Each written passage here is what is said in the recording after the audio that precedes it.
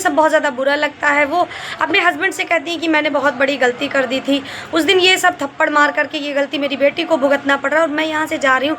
रश्मि ऐसा कर, तू ये खाना लेकर अंदर जा और सभी को खिला देना, और स्पेशल से रक्षित को कुरकुरी भिंडी जो मैंने बनाई है उसके लिए स्पेशली उसको भी खिला देना।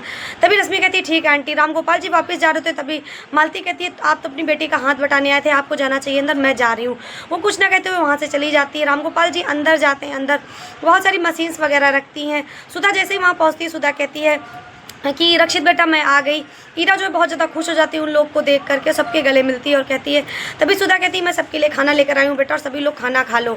तभी रक्षित कहता है ठीक है मॉम, आप इतना क्यों परेशान हुई। लेकिन तभी सुधा कहती हैं कि बेटा मेरा इतना रात को अपने काम में बिजी और परेशान है, जग रहा है, तो माँ कैसे सो सकती है। सुधा जी वहाँ पर खड़ी होती हैं। तभी अपराजिता के पापा भी अंदर आ जाते हैं। अपराजिता के पापा कहते हैं अप्पू, रक्षित बेटा मैं भी तुम सबके लिए खाना लेकर आया हूँ। रक्षित थोड़ा सा खुश हो जाते हैं रामगोपाल जी को देख करके, लेकिन थोड़ा सा अपनी माँ के लिए दुखी भी हैं। रामगोपाल जी अंदर आते हैं और कहते हैं कि मैं तुम लोग के लिए सबके लिए खाना लाऊं, अपनी बेटी का हाथ भी बटाने, आज ये बुनकर इस बुनने में मदद करेगा। अरविंद जी कहते हैं क्या कह रहे हैं, आप तो बूढ़े हो चुके हैं, आपको कहाँ आता है। तभी अरविंद जी कहते हैं आज ये जो टेलर मास्टर है ये भी आज अपनी कारीगरी दिखाएगा, मैं सर्वगुण संपन्न हूँ। तभी रक्षित कहता है पापा आप इस कंपनी के ऑनर हैं, आपको ये सब शोभा नहीं देता।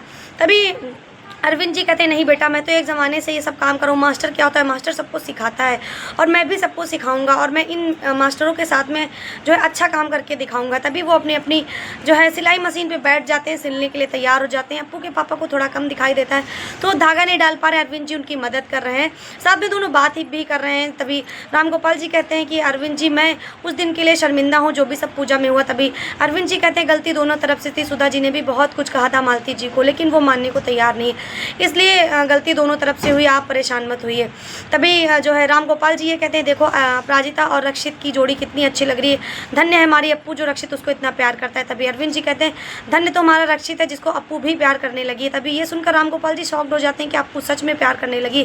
कह रही मालती जी तो कह रही थी लेकिन मैं विश्वास नहीं कर रहा था, हो सकता हो ऐसा हो।